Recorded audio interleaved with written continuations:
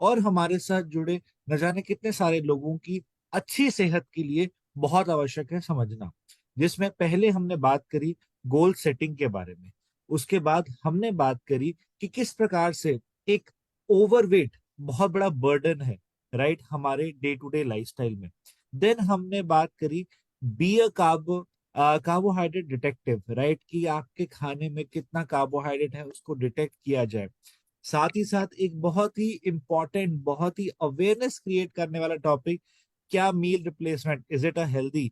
इसी के साथ साथ हमने बात किया कि आपको अपने वेट मैनेजमेंट के लिए जो भी आप खाना खाते हैं वो कितना महत्वपूर्ण होता है, उस पे हमने बात करी। देन हमने बात करी एक ऐसा टॉपिक जो हर एक नौजवान, हर एक एज ग्रुप का पर्सन जानना चाहता है, secret to feel young, right. साथ ही साथ कल हमारे एक्सपर्ट्स ने आपके साथ बात करी कि आर यू डूइंग नीट, और उस एक्टिविटी में आपको जो रोजाना हम activity of the day share करते हैं वहां से आपको ये भी टास्क दिया जाता है कि आपने अपनी कौन सी एक्टिविटी करी जिसमें आप नीट एक्टिविटी शो कर रहे हैं। मैं बहुत एक्साइटेड हूँ आज के टॉपिक के लिए, और इस टॉपिक को हम जानेंगे समझेंगे। But before that, like I always say, ये सुबह, ये एक्साइटिंग मॉर्निंग, ये एनर्जेटिक मॉर्निंग हमेशा हम स्टार्ट करते हैं हमारे फर्स्ट स्पीकर के साथ। और मैं आप सभी के बीच में हमारे फर्स्ट स्पीकर को बनाना चाहूंगा। अब तो हम कह रहे हैं कि मुश्किल होता था पहले कि हम कनेक्ट करना, क्योंकि जूम नहीं होता था, ऑनलाइन नहीं होते थे, बट आज हम कनेक्टेड हैं हमारे कंपनी के एक ऐसे सीनियर माइलस्टोन पर्सन के साथ जिनके साथ हम बहुत सारी नॉलेज गेन कर रहे हैं रोजाना, और आप सभी और हम सभी मिलकर उनकी फैमिली का हिस्सा बन चुके हैं। सो आइए मिलते हैं डॉक्टर श्याम रामकृष्ण से। He is a director of innovation and science and leading the emerging market innovation and science portfolio. He is leading the India Innovation as well as Science Center based out at Gurgaon, Bangalore, Chennai, and Madurai. Dr. Sham has received his PhD from University of Texas and his postdoctorate fellowship from Harvard's Medical College, Boston. So, ऐसे जाने माने expert से जब आप समझेंगे सुनेंगे उनके experience को, उनके पॉइंट्स को, तो definitely it will be very great for all of us. So एक बार जोरदार तालियों के साथ हम इनवाइट करेंगे हमारे फर्स्ट स्पीकर डॉक्टर श्याम को। Doctor Shyam, a very warm welcome sir, over to you. Thank you Siddharth. You make me happy. आपका चेहरा देखकर मैं बहुत खुश हुआ, क्योंकि यू आर सो एक्साइटेड। मैं भी बहुत एक्साइटेड हूँ आज के लिए। आज आज दो रीजन है मेरे लिए। एक है डॉक्टर तुषार, आपको सबको पता होगा, वो एमडी आयुर्वेदा हमारे साथ हैं। इनोवेशन साइंस के एक महत्वपूर्ण साइंटिस्ट हैं, एमडी हैं। तो उनका एक्सपर्टीज बहुत सारे लाइफस्टाइल डिसीजेस में है।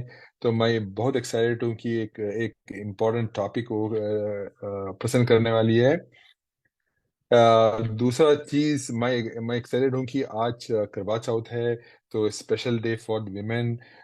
तो इसके लिए मैंने सोचा कि आप करवा चौथ रखते हैं आपके पति के लिए, तो मैंने सोचा why don't I speak about man, आपके आपके लाइफ के मैन, उनके उनके एक कंडीशन के बारे में। तो आज का चर्चा होंगे एक, लेकिन ओल्डर मैन के, जो ओल्डर मैन को अफेक्ट करता है वो है, उसका नाम है बिनाइन प्रोस्टैटिक हाइपरप्लेशिया, बीपीएच। तो ये हर मर्द को होने वाला है एज द एज, जो उनका उम्र होंगे। ये बीपीएच सबको होने वाला है, ज्यादातर के।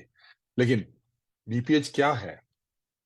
बीपीएच एक नॉन कैंसरस कंडीशन है जहां प्रोस्टेट ग्लैंड का साइज बढ़ जाता है, जो मेन में लोअर यूरिनरी ट्रैक्ट सिम्टम्स, इसको बोलते हैं लूट्स, कॉज करता है। तो जब ये प्रोस्टेट ग्लैंड बढ़ जाता है, उसमें उसका सिम्टम्स है, उसको सब सिम्टम्स को एक एक एक फैमिली में लगा दिया है, उसका नाम है loots, lower urinary tract symptoms. तो मुझे ये सब जरा डिटेल में मेरा ब्रदर ने बताया था। मेरा ब्रदर है यूरोलॉजी सर्जन, तो मैंने 2-3 दिन पहले इसके बारे में जब चर्चा किया था, तो मैंने सोचा कि आज करवा चौथ है, ठीक है, यही एक बढ़िया टॉपिक है, तो इसके लिए मैंने सोचा यही करेंगे हमें। तो उन्होंने मुझे बताया था, मेरे ब्रदर ने मुझे बताया था कि कितनी मुश्किल है मेन को इसके बारे में। तो लूट्स में क्या होता है कि यूरिनरी रिलेटेड प्रॉब्लम्स होती है, जैसे कि फ्रीक्वेंट यूरिनेशन, हर वक्त आपको यूरिनेट करना, यूरिनेशन शुरू करने में डिफिकल्टी हो, या फीलिंग की ब्लैडर बिल्कुल एम्प्टी नहीं हुआ। तो ये सब जरा सिम्टम्स से, और भी सिम्टम्स है, लेकिन ये है मेन सिम्टम्स बीपीएच के। ओके, लेकिन कौन कौन से फैक्टर्स बीपीएच का रिस्क को बढ़ाते हैं? एक है कि उम्र, आपका एज, जी हाँ, 85 की एज तक 90% मेन को बीपीएच हो जाता है। ओके, 85 ईयर्स तक। लेकिन क्या आपको पता है कि 60 के एज तक 50% मेन को बीपीएच होता है? ओके, और फिर फ्रॉम द एज ऑफ 41 से 50 एज तक, आउट ऑफ 12 मैन, एक को तो बीपीएच हो सकता है। ये है स्टैटिस्टिक्स। तो तो किसको बीपीएच होता है? जिनका फैमिली हिस्ट्री हो, या जेनेटिक्स यहाँ भी एक इम्पॉर्टेंट रोल प्ले करता है। फिर हार्मोन लेवल्स, जो जैसे कि डायहाइड्रोटेस्टोस्टेरॉन, एक इम्पॉर्टेंट हार्मोन है, वो बीपीएच का रिस्क को बढ़ाते हैं। ओबेसिटी, या ओबेसिटी है तो वो भी बीपीएच का रिस्क को बढ़ा सकता है। डाइट, डाइट एक मेजर रिस्क फैक्टर है, जैसे कि रेड मीट, फैट्स, बटर और मार्जरीन। तो ये सब है, लेकिन उसका ऑपोजिट है वेजिटेबल्स और कुछ फ्रूट्स से रिस्क कम होता है। फिर डायबिटीज, जैसे कि पुअर ब्लड शुगर कंट्रोल से प्रोस्टेट इलाज हो सकता है। अभी अभी रिसेंटली एक स्टडीज ने दिखाया कि हमारे इंडियन मेन को स्लीप के, पुअर क्वालिटी ऑफ स्लीप और बीपीएच से रिलेशनशिप है, कि ज्यादा पुअर क्वालिटी स्लीप, बीपीएच का रिस्क बढ़ता है। फिर लास्ट है फिजिकल एक्टिविटी, ज्यादा फिजिकल एक्टिविटी और एक्सरसाइज से बीपीएच का रिस्क कम होता है। किसी स्टडी ने दिखाया कि ऑलमोस्ट 25% रिडक्शन होते हैं एक्सरसाइज से। तो यही है इसका रिस्क फैक्टर्स, जो हम फिजिकल एक्टिविटी नहीं करेंगे, इसका इफेक्ट है, one of the effects BPH, right. तो लेकिन अभी जरा हम जैसे स्टडीज के बारे में बात करें, तो एथेंस में, ग्रीस में एक स्टडी से पता चला कि फ्रूट्स जो बीटा कैरोटीन या लूटीन हो और विटामिन सी से रिच होते हैं, लाइक हमारा ऑरेंजेस, उनको कंज्यूम करने से बीपीएच का रिस्क कम होता है।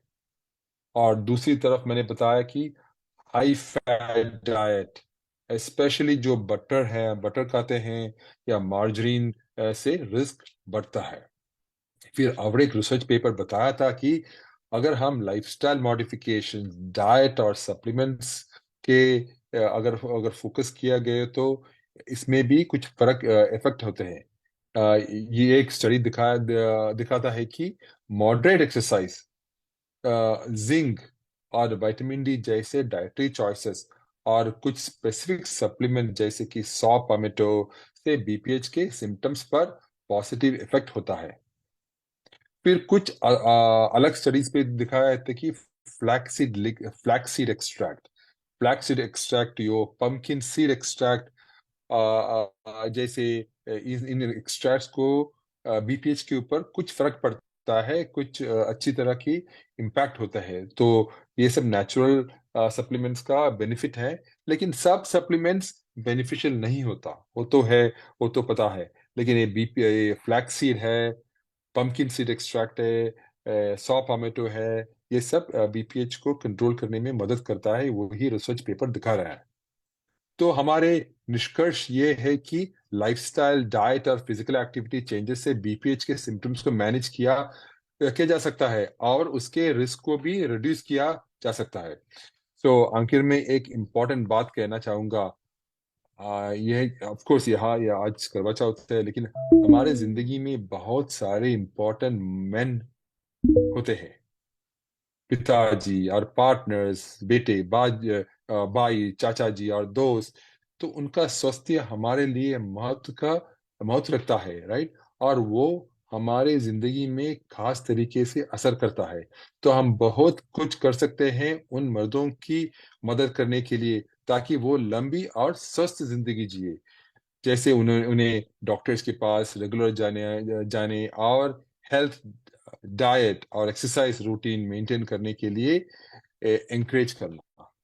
Okay, so again, happy Karwa Chauth to all the ladies, and wishing you all the best and have a great day today. So with that, I will invite Dr. Susha Abhyankar to the stage. Dr. Susha. Thank you doctor Shyam. सभी को मेरे तरफ से फिर से स्वागत है इस सत्र में, और good morning to everyone once again. Doctor Shyam ने करवा चौथ के दिन पे बहुत ही महत्वपूर्ण बात बताई है, जो कि मतलब ये चीज रहती है कि हमेशा वुमेन्स के हर एक लाइफ स्टेज का जिक्र किया जाता है या उनकी तकलीफें बताई जाती है, जो कि बहुत प्रोमिनेंट भी है। लेकिन साथ ही साथ ये मतलब जो हमारी फैमिली है या हमारे सांसारिक जो गाड़ी है वो दो पहियों पे चलती है, तो दूसरा पहिया भी उतना ही इम्पोर्टेंट है। इसीलिए आज का दिन सही था जब डॉक्टर श्याम ने हाईलाइट किया है उस चीज को। तो जैसे डॉक्टर श्याम ने बताया कि हमारी लाइफ में जो भी पुरुष है, हमारे घर में एल्डर्स है, हमारे बुजुर्ग लोग हैं, तो उनका भी उतना ही ख्याल रखना बहुत जरूरी बन जाता है। और बिनाइन प्रोस्टेट हाइपरट्रॉफी ये एक ऐसी कंडीशन है जो खुल के बात नहीं की जाती है। तो जो सिम्टम डॉक्टर श्याम ने बताए हैं वो बहुत ही फ्रिक्वेंट है। कभी कभार हम उसको कंफ्यूज कर सकते हैं कि शायद ये यूरिन इन्फेक्शन है क्या। ये यूरिन इन्फेक्शन भी हो सकता है, लेकिन अगर आपको फ्रिक्वेंटली वो चीज हो रही है, वो सिम्टम हो रहे हैं, तो बहुत जरूरी है कि आपके डॉक्टर से आप बात करिए और चेकअप कराइए कि ये कोई हाइपरट्रॉफी की शुरुआत तो नहीं है। क्योंकि जैसे डॉक्टर श्याम ने बताया कि हमारी लाइफस्टाइल बहुत गलत हो रही है, तो चांसेस है कि अर्ली एज में लोगों को बीपीएच की कंडीशन शुरू हो सकती है। और जैसे अलग अलग फैक्टर बताए हैं डॉक्टर श्याम ने, तो उन सब फैक्टर्स को हम कंट्रोल कर सकते हैं। तो बहुत सारी चीजें हमारे हाथ में हैं। साथ ही साथ सप्लीमेंट्स है। डॉक्टर श्याम ने 3-4 महत्वपूर्ण सीड्स बताए हैं जो कि हम हमेशा हमारे खाने के साथ में ले सकते हैं। तो happy Karva Chauth to both the main pillars of family, husband and wife. तो आपके वाइफ को सपोर्ट करिए and let's start with today's session. तो आज का हमारा सत्र है ब्रीदिंग टेक्निक्स। तो मैं शेयर कर रही हूँ स्क्रीन को। और जब हम ब्रीदिंग टेक्निक बोल रहे हैं तो शायद सबको ये सवाल आ रहा होगा कि ब्रीदिंग में टेक्निक की क्या जरूरत है। वो तो श्वास उच्छ्वास ये तो अपने आप होता है, चाहे आप सोए रहो, सोचते रहो, नींद में रहो, अनकॉन्शियस रहो, लेकिन श्वास तो चलता रहता है। तो क्या टेक्निक की जरूरत है उसमें? शायद हमारे पूर्वजों के हिसाब से टेक्निक की जरूरत थी और उन्होंने अलग अलग 8 तरीके के ब्रीदिंग टेक्निक्स निकाले हैं और उसको ऑल टुगेदर एक टर्म दिया है जिसको हम प्राणायाम बोलते हैं। तो वो टेक्निक्स क्यों जरूरी थे, उन उसके पीछे का गूढ़ रहस्य क्या था, ये सारी चीजों का खुलासा आज हम करने वाले हैं। जो कि माना गया था, मतलब जब हम किसी चीज को समझ नहीं सकते हैं तो हम उसको अज्ञान करके बोल देते हैं कि ये वैज्ञानिक नहीं है, ये साइंस के ऊपर आधारित नहीं है, क्योंकि हम उसको समझ नहीं पा रहे हैं। लेकिन ये चीज अब आ रही है जबकि योगा और प्राणायाम के सिद्धांतों को संशोधन किया जा रहा है, मॉडर्न पैरामीटर्स के ऊपर उसको सिद्ध किया जा रहा है, तो लोगों को समझ में आ रहा है कि ये भी एक साइंस है। तो शुरू करेंगे ब्रीदिंग टेक्निक। और सभी को शायद से ब्रीदिंग टेक्निक हम जब बता रहे हैं तो हमारा नॉर्मल ब्रीदिंग का रेट कितना रहता है वो सभी को शायद पता होगा। तो ऑन एन एवरेज 18 से लेके 20 श्वास प्रति मिनट ये हमारा ब्रीदिंग रेट रहता है। तो ब्रीदिंग टेक्निक के पीछे का रहस्य ये है कि ये जब हमारा ब्रीदिंग बहुत ज्यादा रैपिड रहता है तो उसको हमें कंट्रोल करना है। क्यों रैपिड रहता है, कौन से सिचुएशंस में रैपिड हो जाता है? जब हम बहुत स्ट्रेस्ड है। तो आजकल के लाइफस्टाइल के हिसाब से देखा जाए तो हम सारे लोग बहुत ही स्ट्रेस्ड आउट रहते हैं, टेंशन में रहते हैं, तो हमारा ब्रीदिंग हमारे शरीर को बहुत ही गलत तरीके से हानिकारक होता है। तो ब्रीदिंग को कंट्रोल करिए ताकि आपका स्ट्रेस कंट्रोल हो। और बहुत सारे ऐसे फैक्टर्स हैं जिसके ऊपर ब्रीदिंग काम करता है, तो चलिए जानेंगे कैसे। शुरू करने से पहले कुछ मिथ्स एंड फैक्ट्स, कुछ मिथ्या कल्पनाएं हैं और कुछ तथ्य है जो मैं आपके सामने रखना चाहूंगी। पहला जो मिथ है, जो मिथ्या कल्पना है, वो है कि सारे ब्रीदिंग टेक्निक सेम रहते हैं। तो जैसे मैंने बताया कि सारे ब्रीदिंग टेक्निक सेम नहीं रहते हैं, अलग अलग तरीके के टेक्निक रहते हैं। किसी में आप इनहेलेशन डीप कर रहे हो, किसी में आप एक्सेलेशन, जो उच्छ्वास बोलते हैं जब हम सांस छोड़ते हैं, तो वो डीप रहता है, या कोई फास्ट ब्रीदिंग है, कोई स्लो ब्रीदिंग है। तो अलग अलग टेक्निक्स हैं, और अलग अलग टेक्निक के साथ में जो शरीर के अलग अलग प्लेक्सेस बताए हैं, जो हमारे मज्जा तंतु रहते हैं, मस्तिष्क के जो स्नायु मज्जा तंतु, या हम उसको नाड़ियां बोलते हैं, तो उनका जाला है हमारे शरीर के अलग अलग भाग में, उसको हम नर्व प्लेक्सेस बताते हैं। तो वो जो जाला है, जो नर्व प्लेक्सेस है, उनके ऊपर उसका बहुत ही स्ट्रांग एक्शन है। तो जब हमारे शरीर के हर एक नर्व का प्लेक्सस के ऊपर ये एक्ट करता है, तो उसका शरीर के हर बॉडी पार्ट्स के ऊपर अलग अलग परिणाम होता है।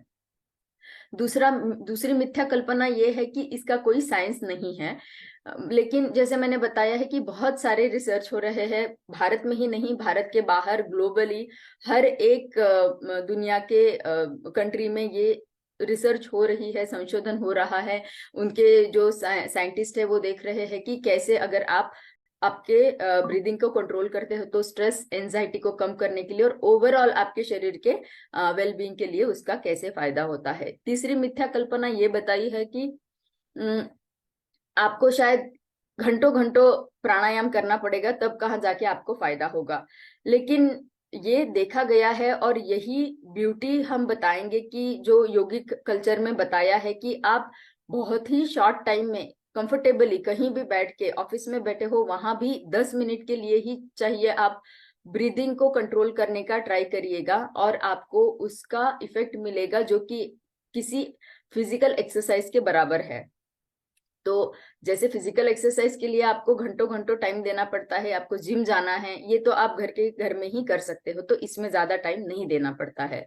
चौथा और लास्ट मिथ्या कल्पना ये है कि ये बस रिलैक्सेशन के लिए हेल्प होता है। तो ब्रीदिंग टेक्निक का रिलैक्सेशन एक बहुत महत्वपूर्ण भाग बताएंगे, या लोगों को जो जल्दी फायदा मिला है या जल्दी वो रियलाइज कर पाए हैं, वो रिलैक्सेशन में उनको देखा गया है। लेकिन रिलैक्सेशन एक भाग है, उसके बहुत अलग अलग पैरामीटर्स है, अलग अलग एरिया है, जिसमें कि आप देख सकते हैं कि प्राणायाम का बाकी हेल्थ बेनिफिट्स भी बहुत सारे हैं। तो हमें आगे बहुत सारा ज्ञान मिलने वाला है, तो मैं थोड़ा जल्दी आपको एक्सप्लेन करूंगी हर स्लाइड पे। तो जानेंगे प्राणायामा का मतलब क्या है। प्राणायामा बना है दो शब्दों से, प्राण और आयाम। प्राण जैसे बता रहा है कि प्राण है तो हम हैं, प्राण अगर नहीं है तो हम नहीं है। तो जैसे वायु हमारे शरीर में है, वन ऑफ द 5 वायु है, 5 वायु में से एक वायु है प्राणवायु। प्राणवायु जो है हमारे शरीर को जिंदा रख रहा है। तो शरीर है, उसमें बहुत सारे मेटाबॉलिज्म होते रहते हैं, तो वो एक वाइटल एनर्जी है हमारे शरीर की। तो उसको रेगुलेट करना, उसको कंट्रोल करना, तो एक संतुलित ब्रीदिंग या एक नियमित ब्रीदिंग, कंट्रोल ब्रीदिंग को हम बताएंगे प्राणायामा। तो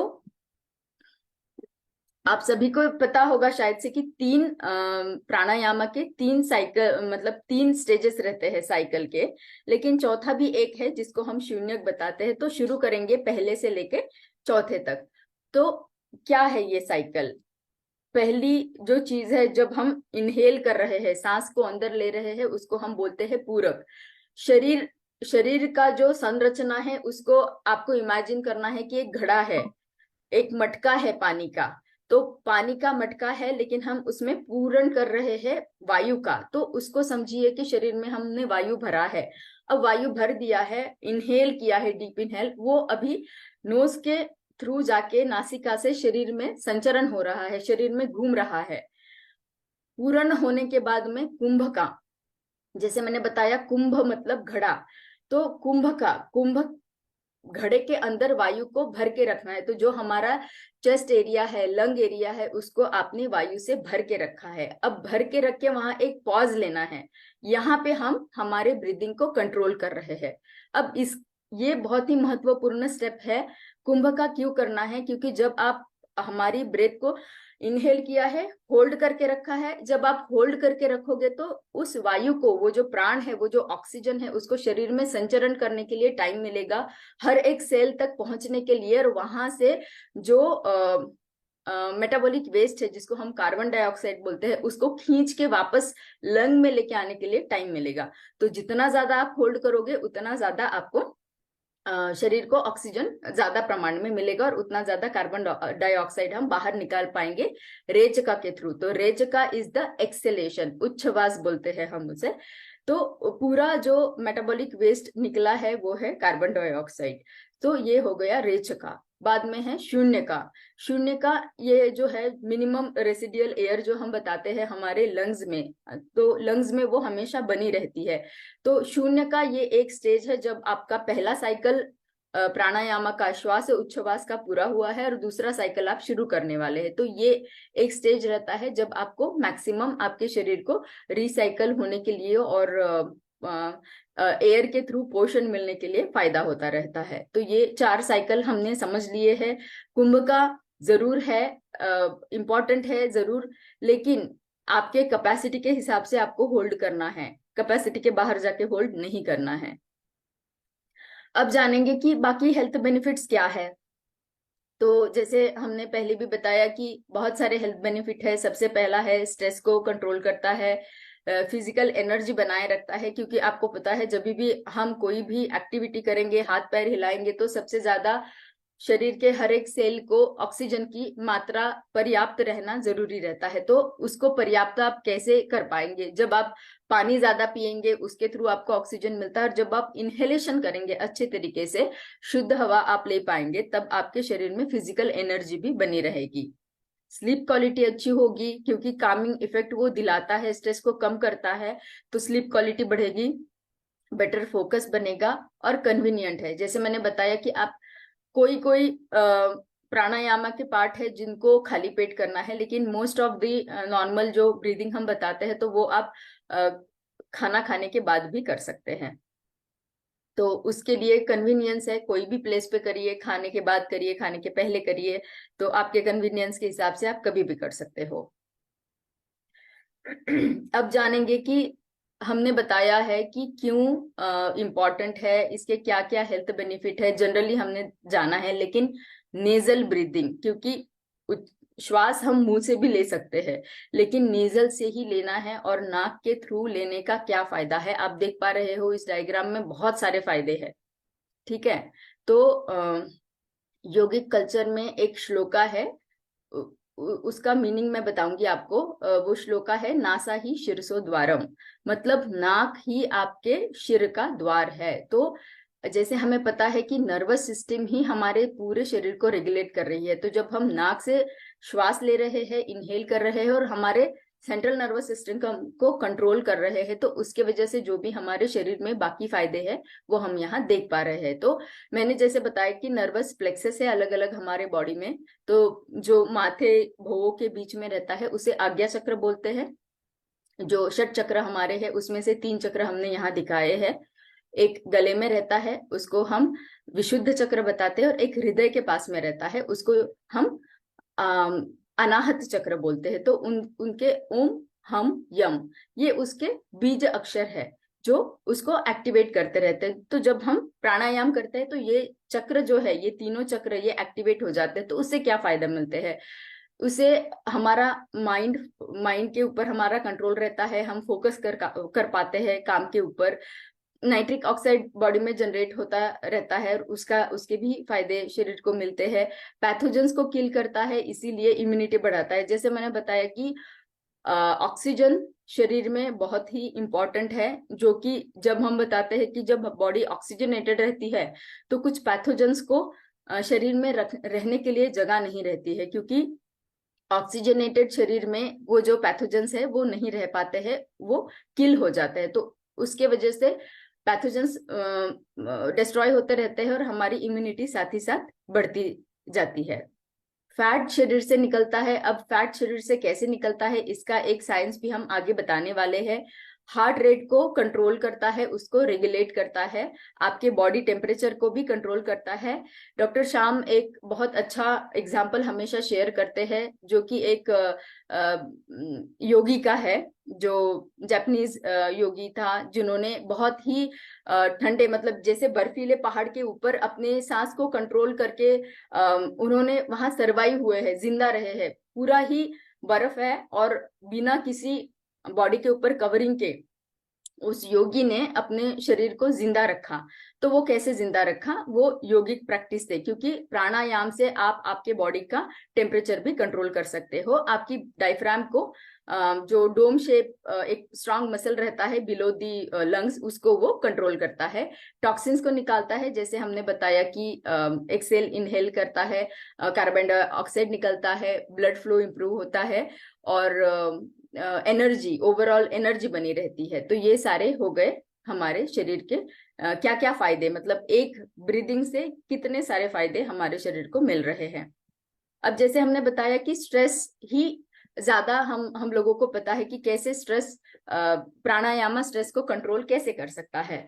तो जैसे हम यहाँ पे देख पा रहे हैं कि स्ट्रेस है और हम जब प्राणायाम करते हैं तो फर्स्ट हमको ये समझना है कि देर आर टू सिस्टम, एक रहता है सिंपैथेटिक और एक रहता है पैरासिम्पैथेटिक। तो ये हमारे ब्रेन के दो फंक्शंस है। तो सिंपैथेटिक नर्वस सिस्टम को हम फाइट और फ्लाइट मैकेनिज्म बोलते हैं, जो कि कोई टेंशन आया है, कोई रिस्क है शरीर में, तो बॉडी अलर्ट हो जाती है, दिमाग जो है वो सिग्नल भेजता है और बॉडी अलर्ट हो जाती है। तो क्या सिम्टम दिखते हैं? हार्ट रेट बढ़ जाता है। इसीलिए जब हम टेंशन में रहते हैं, स्ट्रेस में रहते हैं, तो हार्ट रेट ज्यादा हो जाता है, ब्रीदिंग ज्यादा हो जाता है, हमारे लंग्स के जो ब्रोंकियल है वो डायलेट हो जाते हैं, प्यूपिल्स डायलेट हो जाते हैं और भूख नहीं लगती है। टेंशन में है, एग्जाम देने जा रहे हैं तो भूख नहीं लगती है, ऐसा लगता है कि जब हम रिलैक्स हो जाएंगे तब आराम से खाना खाएंगे। तो वो जो फीलिंग है वो है पैरासिम्पैथेटिक नर्वस सिस्टम का फीलिंग, जिसको हम रेस्ट एंड डाइजेस्ट बताते हैं। वो जो आता है वो टेंशन खत्म होने के बाद आता है, जिसमें कि हार्ट रेट कंट्रोल हुआ है, आपका ब्रीदिंग भी कंट्रोल हुआ है, आपका ब्रोंकियल जो डायलेट हुए थे वो कंस्ट्रिक्ट हुए हैं, प्यूपिल भी नॉर्मल आ गए हैं और आपको भूख लगना शुरू हो गई है। तो जब हम प्राणायाम करते हैं तो ये जो सिंपैथेटिक के सिम्टम है उसको हम बहुत अच्छे तरीके से कंट्रोल कर पाते हैं, हमारा माइंड रिलैक्स हो जाता है और इसी वजह से प्राणायाम का जो एक्शन है वो है पैरासिम्पैथेटिक नर्वस सिस्टम के ऊपर। तो ये बहुत महत्वपूर्ण है कि कैसे प्राणायाम हमारे स्ट्रेस के ऊपर काम करता है और कैसे हमारे शरीर को हेल्प कर पाता है। अब जैसे यहाँ पे ब्रीथिंग एक्सरसाइज, हमने यहाँ स्ट्रेस के बारे में जाना है, लेकिन स्ट्रेस को बढ़ के और स्ट्रेस को छोड़ के और क्या फायदा है? तो क्या वजन बढ़ाने में या घटाने में इसका कोई रोल है या नहीं है? तो अगर रोल है तो क्या रोल है और ये कैसे साइंटिफिकली काम करता है, ये हम यहाँ जानेंगे।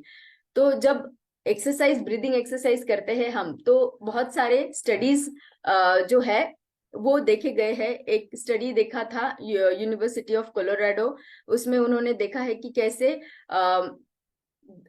10 मिनट का प्राणायाम अगर आप करते हो और आपका हार्ट ब्रीदिंग रेट जो है वो 20 से लेके अगर आप 15 के ऊपर लेके आ सकते हो, तो 10 मिनट के उस प्राणायाम से उन्होंने पाया कि बीपी, ब्लड प्रेशर जो है वो कंट्रोल हुआ है और वो कम हुआ है। तो उसी के साथ साथ जब हम वेट मैनेजमेंट की बात करते हैं तो और एक स्टडी में पाया गया है कि जब एक होलिस्टिक प्रोग्राम किया था हेल्दी लोगों के ऊपर, तो उनको बैलेंस मील बताया था, बैलेंस डाइट बताया था, कुछ रेजिम एक्सरसाइज बताई थी, साथ ही साथ में 8 मिनट का ब्रीदिंग एक्सरसाइज करने के लिए बताया था। तो उनमें बहुत अच्छा फायदा उनको ये देखने के लिए मिला कि जब 8 मिनट का प्राणायाम उन्होंने इंक्लूड किया था होलिस्टिक प्रोग्राम में, तो बीएमआई कम हुआ है, वजन कंट्रोल हुआ है, उनका मसल्स का डेवलपमेंट हुआ है और फैट कम हुआ है। तो हम यहाँ पे देख पा रहे हैं कि मेटाबॉलिज्म बढ़ता है, ऑक्सीजन मिलता है, एब्डोमिनल मसल्स के ऊपर टोनिंग होता है, डाइजेशन बढ़ता है, डिटॉक्सिफिकेशन होता है क्योंकि कार्बन डाइऑक्साइड भी बाहर निकल रहा है। लेकिन फैट की जब हम बात करते हैं तो क्या ये संभव है कि सांस सांस लेने से और छोड़ने से ही फैट निकल जाएगा शरीर से।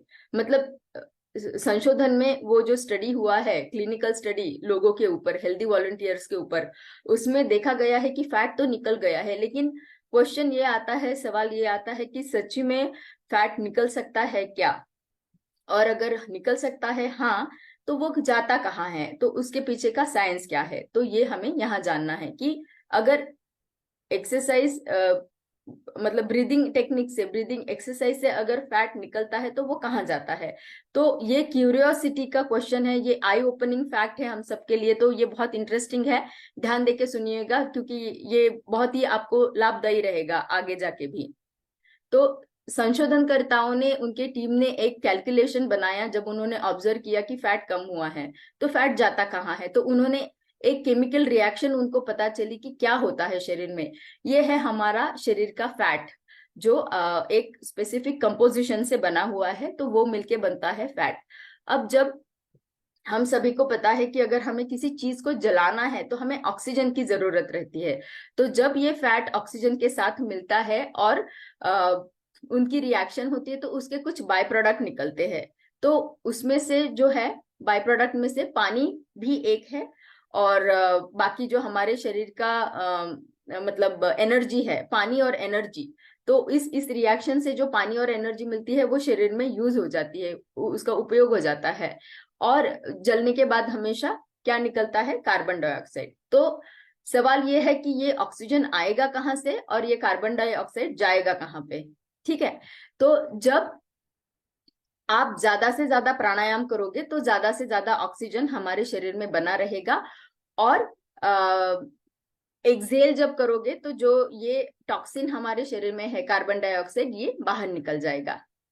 तो आशा करती हूँ कि ये एक इंटरेस्टिंग फाइंडिंग आप सभी के लिए है। तो बहुत ही अच्छा रिएक्शन है, तो जितना ऑक्सीजन दोगे उतना फैट शरीर में जलता जाएगा। तो आज से शुरू करिएगा 10 मिनट शुरुआत का, और आगे जाके आप बढ़ा सकते हो। तो ये हो गया, साइंस है ब्रीदिंग टेक्निक का। अब हम कंसंट्रेट करेंगे, जैसे कि 8 अलग तरीके के ब्रीदिंग टेक्निक्स बताए हैं हमारे एंशिएंट योगिक कल्चर में, लेकिन हम सारे 8 नहीं जानेंगे। हमने 3 यहाँ पे इन्वॉल्व किए हैं, और वो 3 ही क्यों इन्वॉल्व किए हैं?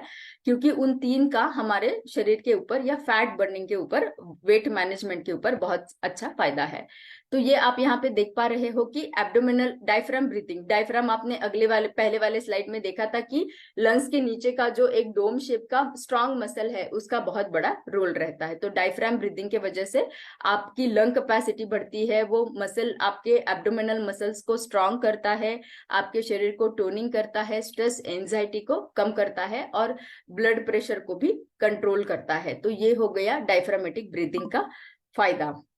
दूसरा है शाइनिंग स्कल, कपालभाति हम उसको बोलते हैं। तो कपालभाति में जो है आप देखेंगे तो उसका साइंस ये है कि आपको इनहेलेशन डीप करना है, लेकिन एक्सेलेशन बहुत ही फास्ट है। तो जब आप एक्सेल करते हो तो इसमें ज्यादा से ज्यादा कार्बन डाइऑक्साइड आपके शरीर में शरीर से बाहर निकलता है। और एक स्टडी के हिसाब से देखा गया है, उनको ये फाइंडिंग मिला है कि कपालभाति में कार्बन डाइऑक्साइड की मात्रा 100 ml ज्यादा निकलती है as compare to the normal breathing. तो बहुत ही अच्छा फाइंडिंग है ये। तो कपालभाति का बहुत अच्छा रोल पाया गया है आपके इम्यूनिटी को बढ़ाने के लिए, ब्रेन के मैकेनिज्म को अच्छा रखने के लिए, साथ ही साथ वजन कम करने के लिए भी। लास्ट वाला जो है वो है भस्त्रिका प्राणायाम, जिसमें कि जैसे हम बोलते हैं कि सोनार की जो धौंकनी रहती है, जिसमें कि हवा लेते हैं छोड़ते हैं, लेते हैं छोड़ते, तो ये लंग्स जो है वो भी धौंकनी के जैसे काम करते हैं। जब आप लेते हो छोड़ते हो, रैपिड इनहेल भी रैपिड है, एक्सेल भी रैपिड है, तब वो क्या करता है, वो आपके शरीर के टॉक्सिन्स को बहुत फ्रिक्वेंटली बाहर निकालता है। और ये भी एक क्लिनिकल स्टडी में पाया गया है कि ये वेट मैनेजमेंट के लिए बहुत अच्छा है, आपके डाइजेशन को और माइंड और बॉडी को भी बहुत ही मेंटेन रखता है। इसी के साथ में हमने 3 मेजर प्राणायामा के टेक्निक्स को जाना है, लेकिन ये आपको आपके जो हेल्थ केयर प्रोवाइडर है उनके सुपरविजन में शुरुआत में करना जरूरी है, बाद में आप अकेले कर सकते हो जब आपको पूरा अंडरस्टैंडिंग आएगा। इसी के साथ में आज का अब हमारा सत्र खत्म होता है, लेकिन आपको एक बहुत ही इंटरेस्टिंग एक्टिविटी है कि जो हमने साइंस जाना है आज योगा और प्राणायामा का, उसमें से कोई भी एक पोस्टर आप सिलेक्ट कर सकते हो और आपका वीडियो या आपकी फोटो आप शेयर कर सकते हो कि आपको वो करने के बाद में कैसा लगा। So all the best for आपके बाकी जर्नी के लिए। एंड बस इसके साथ ही मैं आज आपका सभी का दिन मंगलमय हो ये शुभकामना करती हूँ और सिद्धार्थ जी को हैंड ओवर करती हूँ। Thank you so much. Thank you so much doctor Trisha, आपने बहुत ही जबरदस्त तरीके से एक ऐसे पॉइंट्स को हाईलाइट कर दिया जिसके बारे में हम सभी अपनी दिनचर्या में सुनते जरूर हैं, समझते जरूर हैं, बट कहीं ना कहीं उसके पीछे का ज्ञान यदि हमें मिल जाए तो हम उसे और बेहतर तरीके से और ज्यादा इफेक्टिव करना पसंद करते हैं। Right, thank you so much doctor Trisha. और मैं सभी से अनुरोध करूंगा कि आज आपका जो एक्टिविटी ऑफ द डे है, इनका अभ्यास को जरूर करें और अपने ग्रुप्स में शेयर करें। तो आइए बढ़ते हैं इस प्रोग्राम के आखिरी सतह में, जहां पर हम बुलाएंगे आप सभी के बीच में हमारी फिटनेस एक्सपर्ट मिस मीनल पाठक को, जो आपके साथ इस दिनचर्या को एक फिजिकली कैसे एक्टिवेट करना है उसके बारे में बात करेंगे। Miss Meenal, over to you. Thank you, Siddharth. Hello, everyone. Good morning and a very warm welcome to today's session. तो yes, आज हम ब्रेथ वर्क पे काम करेंगे। सो ब्रेथ वर्क इज जिस तरह से आप अपने अंदर सांस को लेकर जाते हैं, जिस तरह से आप सांस को छोड़ते हैं, और उस ब्रेथ वर्क से हम अपने सभी इंटरनल ऑर्गन्स को किस तरह से एनर्जाइज कर सकते हैं, किस तरह से ऑक्सीजनेट कर सकते हैं।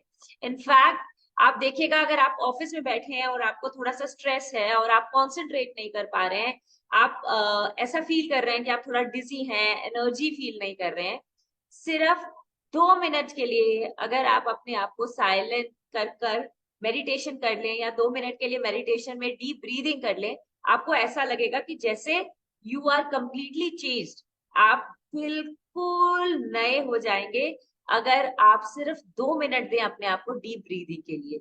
इतना इफेक्टिव होता है सही ढंग से सांस लेना।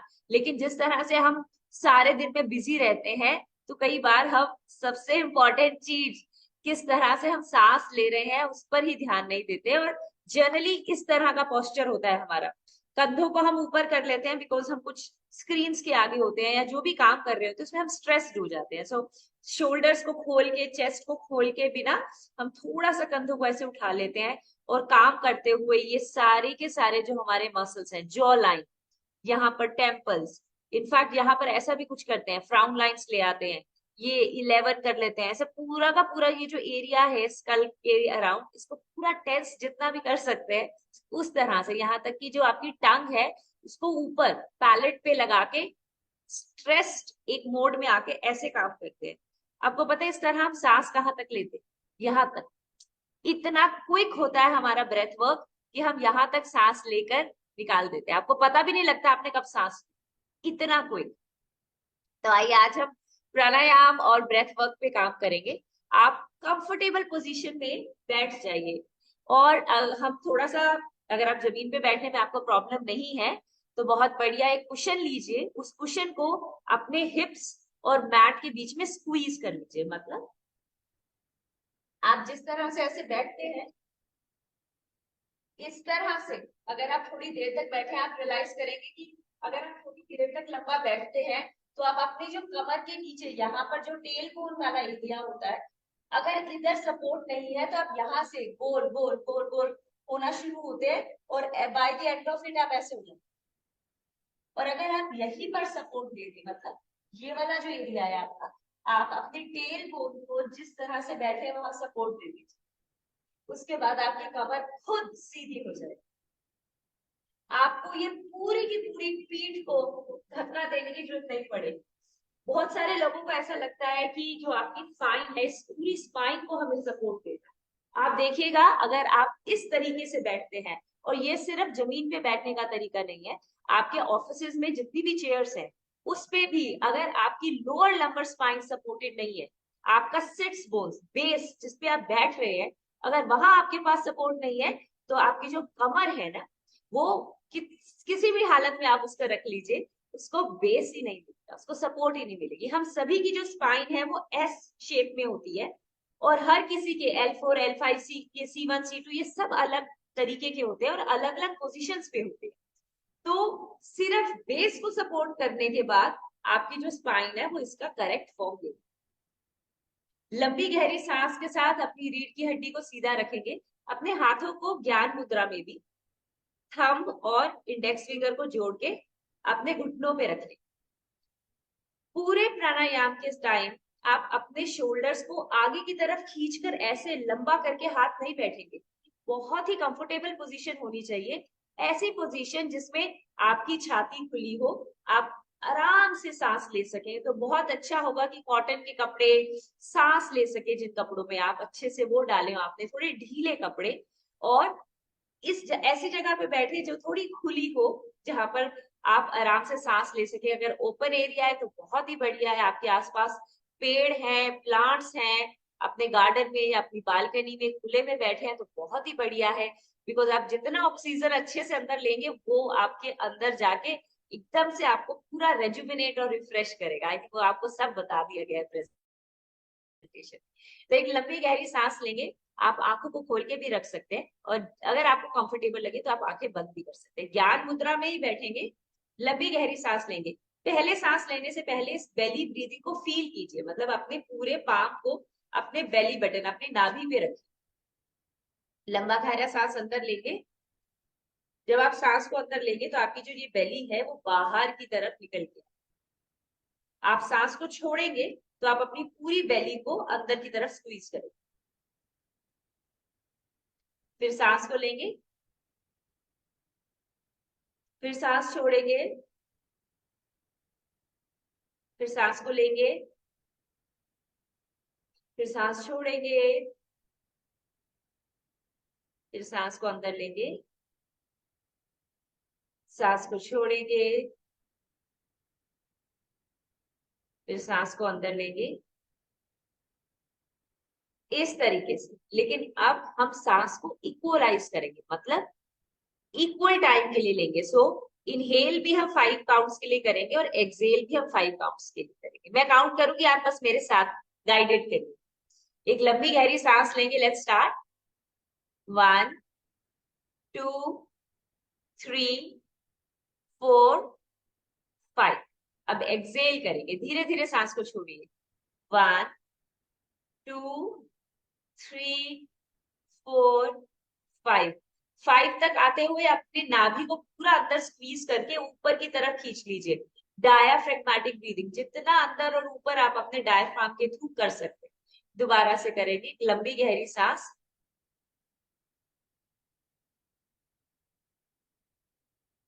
सांस को छोड़ना शुरू करेंगे।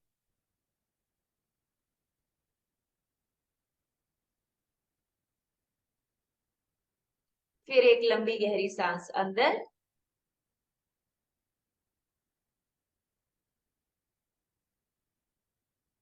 और सांस को बाहर।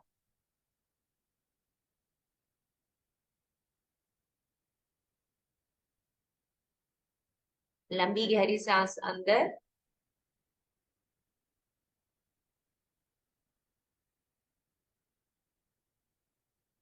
और छोड़ते।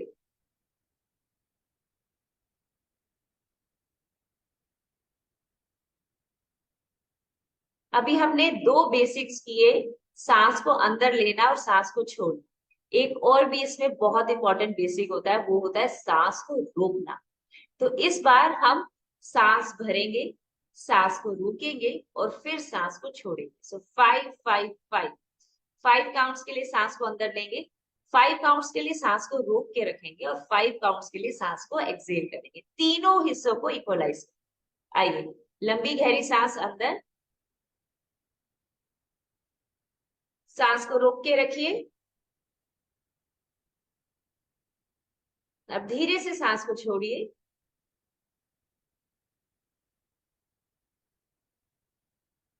अंदर लीजिए, रोक के रखिए,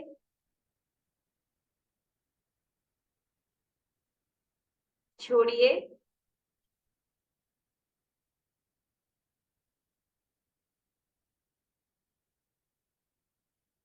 सांस को अंदर लीजिए,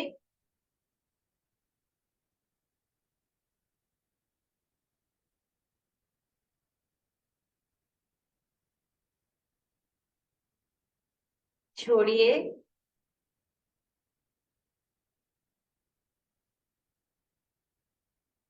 एक बार फिर से लंबी गहरी सांस अंदर लीजिए,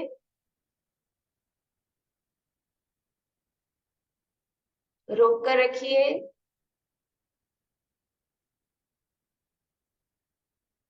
और सांस को छोड़िए।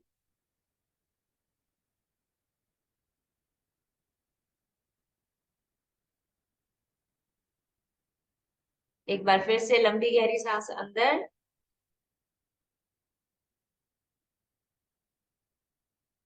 होल्ड,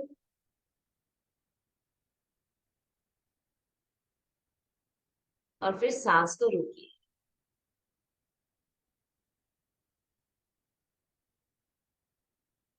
लंबी गहरी सांस अंदर,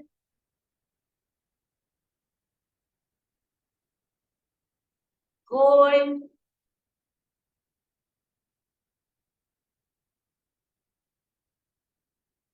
और सांस को छोड़ दे।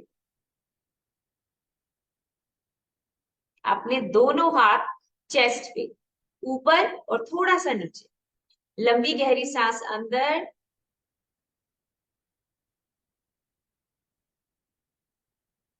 होल्ड करेंगे, सांस को छोड़ते हुए।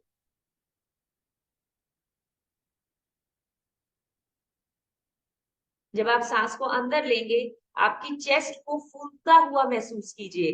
देखिए आपके शोल्डर किस तरह से राइज करके पीछे की तरफ जा रहे हैं। लंबी गहरी सांस अंदर,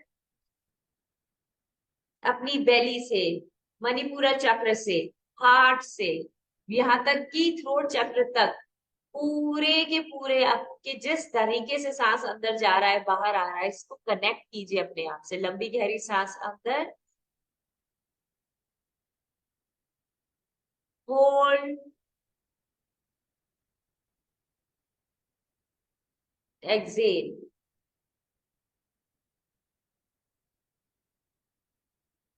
लंबी गहरी सांस अंदर,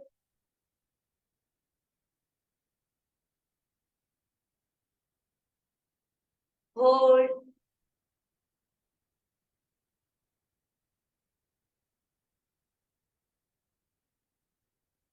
एक्सेल।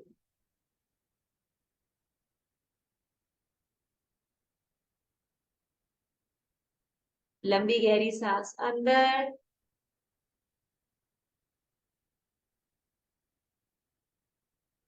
रोक कर रखेंगे, सांस छोड़ते हुए बाहर।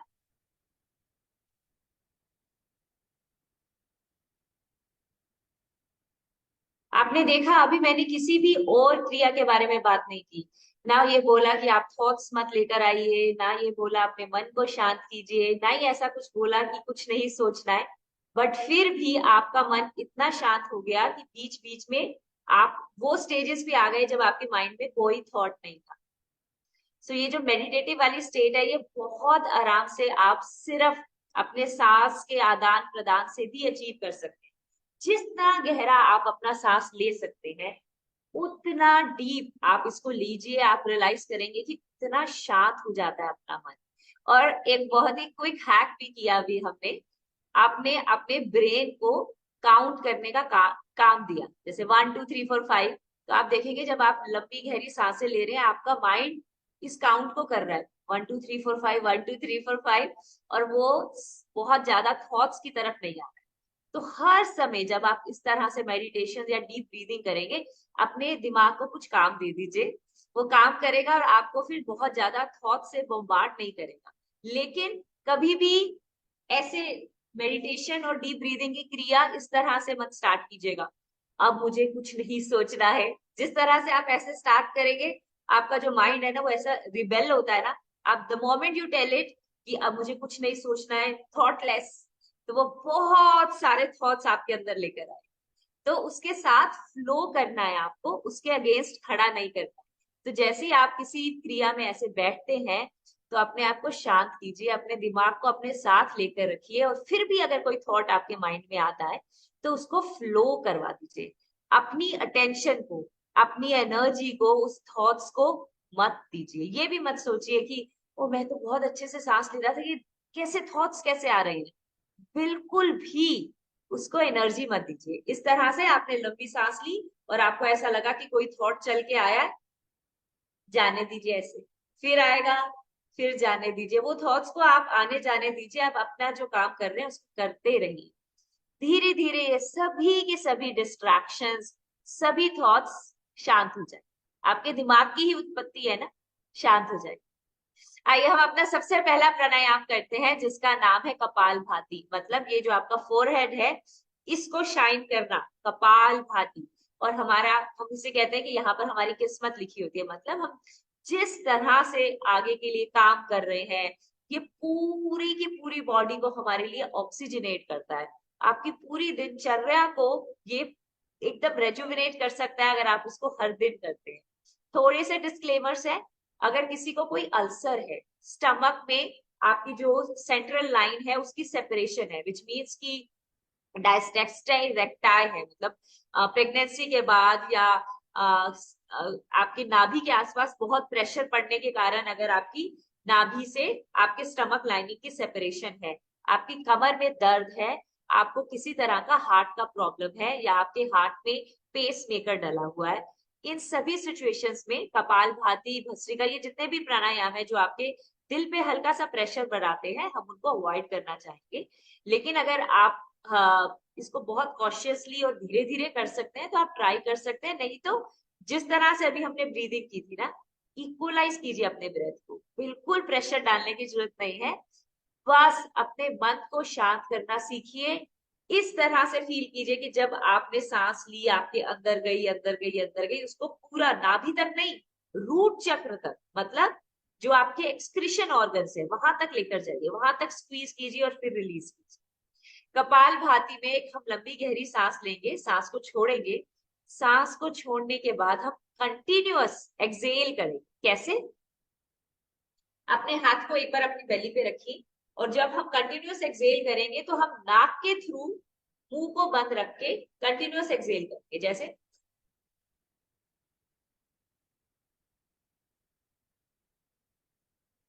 तो इसमें ये जो कॉन्ट्रैक्शन है, ये जो सांस आप छोड़ रहे हैं अपनी पूरे के पूरे कोर को अंदर करके, ये इंपॉर्टेंट है। ऐसे बिल्कुल भी मत कीजिएगा। आपको पूरे फेस में किसी भी चीज को डिसफिगर करने की जरूरत नहीं है। अपनी चेस्ट को ऊपर अभी खींचने की जरूरत नहीं है।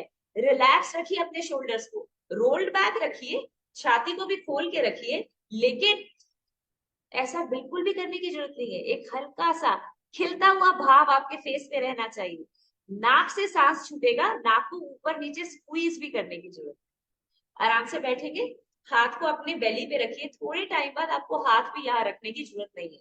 मैं सिर्फ ये हाथ यहाँ पर इसलिए दिखवा रही हूँ कि आप समझ पाए कि किस तरह से आप कंटिन्यूअस अपने स्टमक को अंदर बाहर कर रहे हैं, लेकिन सांस लेने की क्रिया नहीं है, वो कंटिन्यूअस अनकॉन्शियस लेवल पे होता रहेगा। आप सिर्फ एक्सेल करेंगे, बार बार बार बार, सिर्फ सांस को छोड़ेंगे। 3 बार करेंगे एक क्रिया, बहुत ज्यादा फोर्स नहीं करेंगे। 40, 50, 60 जितना भी कर सकते हैं वहां तक कीजिए, फिर अपना दूसरा साइकिल स्टार्ट करें। लंबी गहरी सांस अंदर,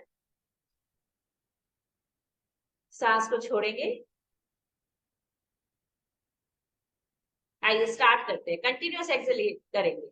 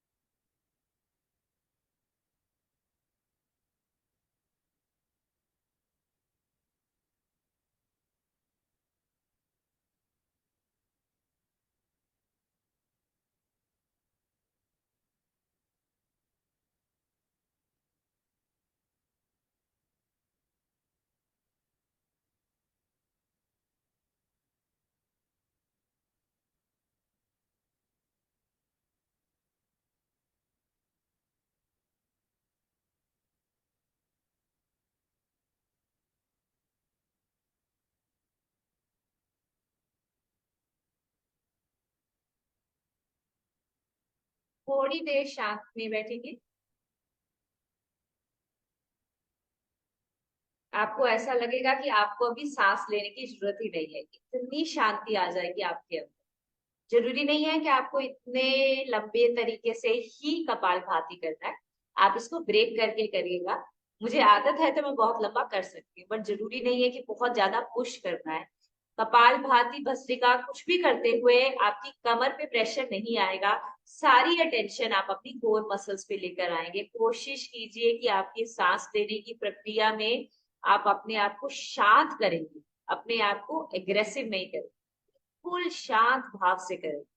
और वो सभी लोग जिनको लगता है कि उनके पास टाइम नहीं है हर दिन वर्कआउट्स के साथ प्राणायाम करने का, ये सबसे बड़ा एंटी एजिंग तरीका है। आप अगर बहुत सारा पैसा अपने एंटी एजिंग प्रोडक्ट्स पे या फेशियल्स पे सब कर रहे हैं, तो आप सोचिए इस तरह से सांस लेने के बाद आपके फेस पे जो ग्लो आता है, वो सबसे सबसे बेहतरीन वे है अपने एंटी एजिंग करने का। मतलब आपके फेस के, आपके स्किन के नीचे पूरा ब्लड सर्कुलेशन होता है, आप अपने बॉडी के हर एक सेल को ऑक्सीजन पहुंचाते हैं इस तरीके से।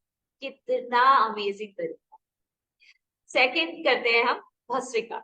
सेम चीज है, लंबा गहरा सांस है। उसी तरीके से अगर आपको हार्ट की कोई प्रॉब्लम है, कमर में दर्द रहता है और स्टमक में अल्सराइटिस या कुछ भी प्रॉब्लम है, तो आप इस क्रिया को अवॉइड करेंगे। इसमें फोर्सफुली एक्सेल भी है और इनहेल भी, और हम इस क्रिया को बहुत बार हाथ उठाकर भी करते हैं। लेकिन अगर आपके फ्रोजन शोल्डर्स हैं, आपको हाथों को पूरे की पूरा ऊपर ले जाने में और फिर वापस नीचे लाने में डिस्कम्फर्ट फील होता है, तो आप मत करो, आप हाथों को यहीं पर ही रखिए। इस तरह से ज्ञान मुद्रा में रखिए, और अगर इस तरह से रखने में मुश्किल है तो अपने पूरी हथेलियों को खोल के घुटनों पे रखिए और फिर लंबी गहरी सांस लीजिए। लेकिन देखिएगा ये आपके जो शोल्डर्स और ये एल्बोज है ना, ये सॉफ्ट है, ऐसे खींच के नहीं, ऐसे रिलैक्स। लंबी गहरी सांस अंदर लेंगे, सांस को छोड़ते हुए वापस नीचे आए।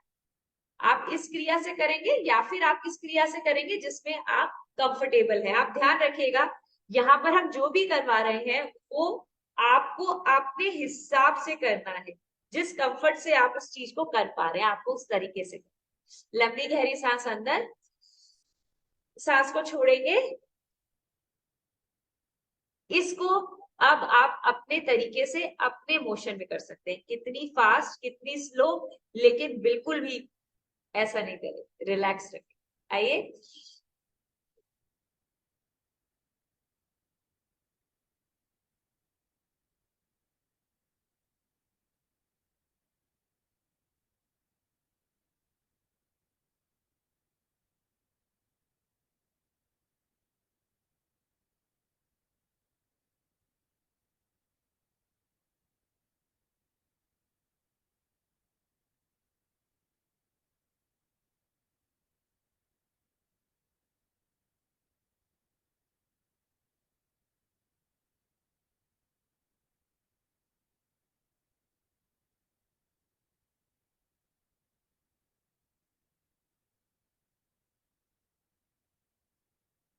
शांत। फिर से आप रियलाइज करेंगे कि थोड़े टाइम तक आपको सांस लेने और छोड़ने की बिल्कुल भी जरूरत नहीं पड़ती। आप अपने बॉडी को, अपने सिस्टम को इतने अच्छे से ऑक्सीजनेट कर लेते हैं कि आप कुछ मिनटों के लिए सिर्फ साइलेंट हो जाते हैं।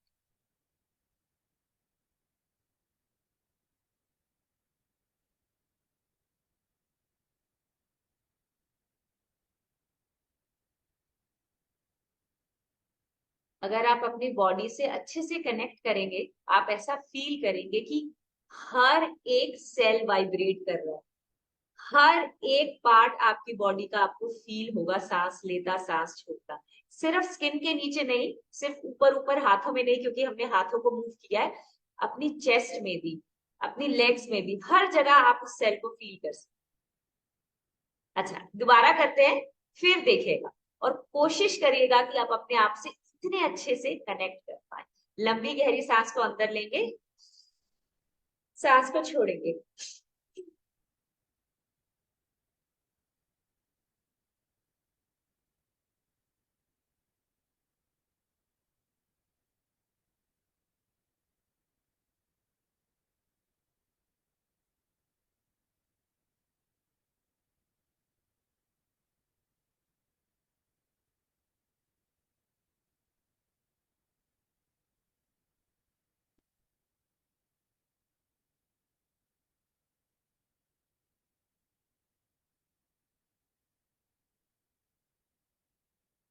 4,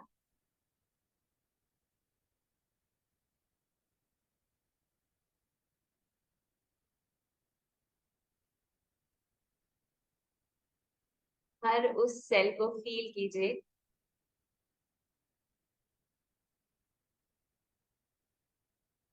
इस प्रेजेंट मोमेंट में अभी आप कैसे सांस ले रहे हैं, इससे बड़ा मेडिटेशन कुछ भी नहीं। आइए हम स्टार्ट करते हैं अपने थर्ड प्राणायाम से, जिसका नाम है अनुलोम विलोम, ऑल्टरनेट नोज ब्रीदिंग। हम एक नासिका से दूसरी नासिका में सांस लेते और छोड़ते हैं। इस क्रिया को हम पहले सिंपल कुछ होल्ड के साथ करेंगे। मतलब आप अपना जो राइट थंब है उससे अपनी राइट नॉस्ट्रिल को बंद कर दें। इसमें भी बिल्कुल डिसफिगरेशन नहीं करेंगे फेस की, ऐसे करके कुछ भी नहीं, हल्के से। और अपने अंदर इस इंटेंशन को रखिएगा कि आपको यहाँ से सांस रोकना है, यहाँ से सांस रोकना है।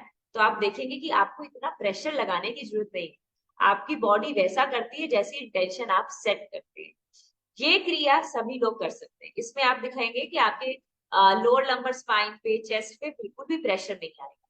ध्यान से, आराम से करके लंबी गहरी सांस अंदर लेंगे लेफ्ट नॉस्ट्रिल से, होल्ड करेंगे इसको 4 काउंट्स के लिए। और ये जो आपकी रिंग फिंगर होती है उससे लेफ्ट नॉस्ट्रिल को बंद करेंगे 12 काउंट्स के लिए।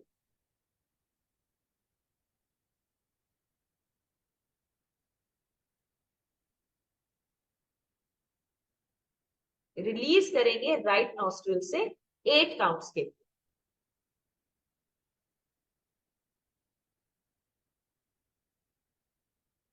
सेम क्रिया को हम रिपीट करेंगे, मतलब 4, 8 और 12 की रेशियो रखेंगे। अगर ये रेशियो थोड़ी ज्यादा है तो 3, 6 और 9 की रेशियो बने। तो अगेन अपने दिमाग को एक काम दे दीजिए काउंट करने का, और आप इस तरह से सांस को अंदर और बाहर लें। जब आप स्टार्ट करेंगे तो ऐसा हो सकता है आपको लगे कि आपकी लेफ्ट या राइट कोई एक साइड ज्यादा अच्छे से काम कर पा रही है। कोई बात नहीं, उस बात पे अटेंशन मत दीजिएगा।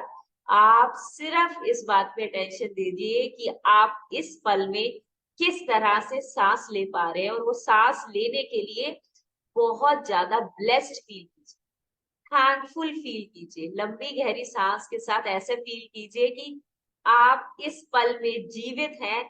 इससे बड़ी ब्लेसिंग और कोई हो ही नहीं सकती। राइट थंब से राइट नोस्ट्रिल को बंद करेंगे, लेफ्ट नोस्ट्रिल से लंबी गहरी सांस अंदर, होल्ड करेंगे,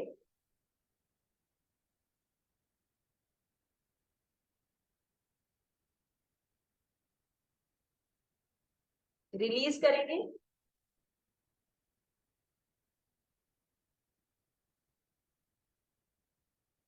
सांस को अंदर लेंगे लेफ्ट से राइट से ही, होल्ड करेंगे 12 काउंट्स के लिए,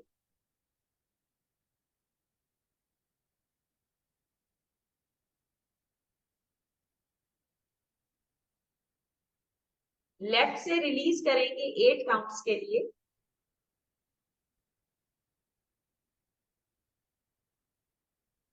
इनहेल करेंगे 4 काउंट्स के लिए,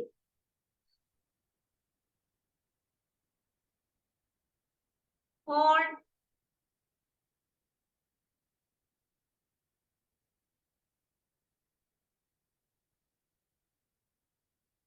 रिलीज करेंगे राइट से अगेन 8 काउंट्स के लिए,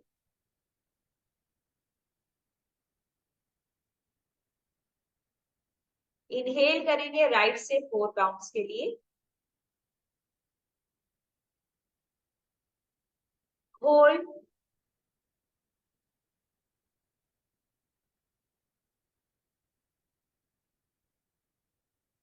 रिलीज करेंगे लेफ्ट से, इनहेल करेंगे लेफ्ट से,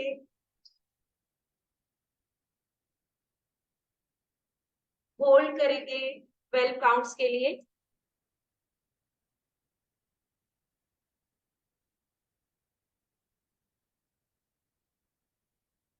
और राइट से रिलीज कर।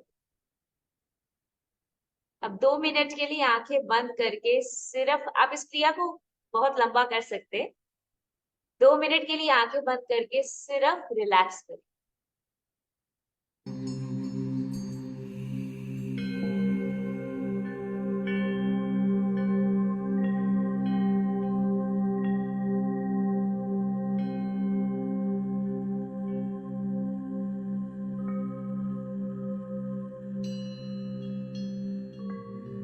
आंखों को प्रेशर के साथ बंद नहीं करेंगे, बहुत रिलैक्सिंग पोजीशन में बंद करें।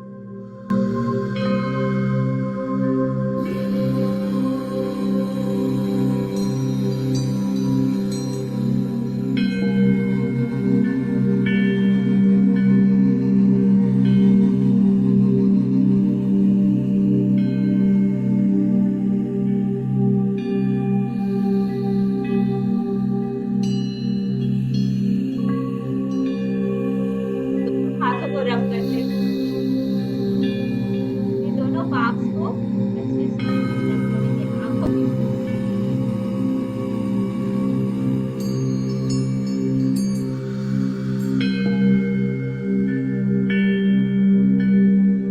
Thank you so much everyone for joining in. हम दोबारा मिलते हैं।